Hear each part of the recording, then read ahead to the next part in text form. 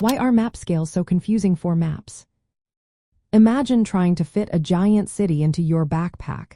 That's what map scales do. They shrink big places into small pictures. But understanding how they work can be tricky.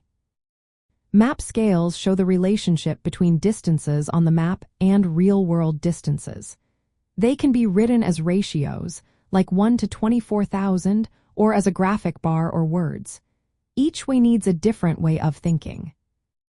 Ratios or fractional scales tell us that 1 unit on the map equals a certain number of units in real life.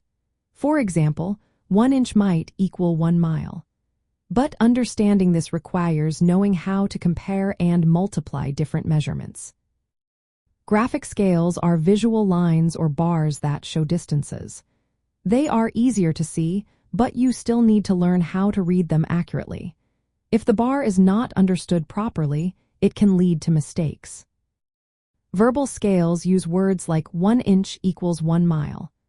They are simple but can be confusing if you do not know the units or how to convert between different measurements.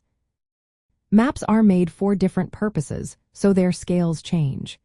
A city map shows a small area with lots of detail, which means a large scale.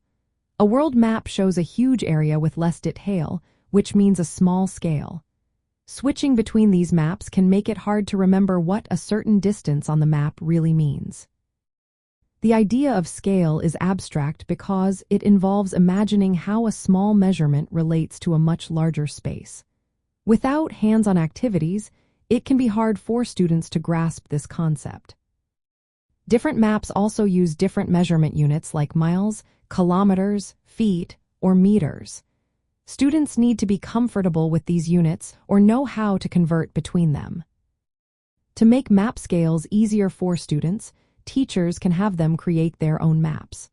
For example, measuring their classroom and drawing a scaled-down version helps them see how scale works. Using digital maps that zoom in and out shows how scale changes with detail. This makes the idea more concrete and less confusing. Activities that compare maps at different scales, like exploring city and landform maps, help students see how scale affects what they can see and understand. Applying scale to real-world problems, like tracking animal migration or mapping historical routes, shows students why understanding scale matters. It helps them see how maps can tell stories about the world. Breaking down the concept into simple steps and using fun, hands-on activities makes learning about map scale easier and more engaging. When students understand scale, they become better at reading and interpreting maps confidently.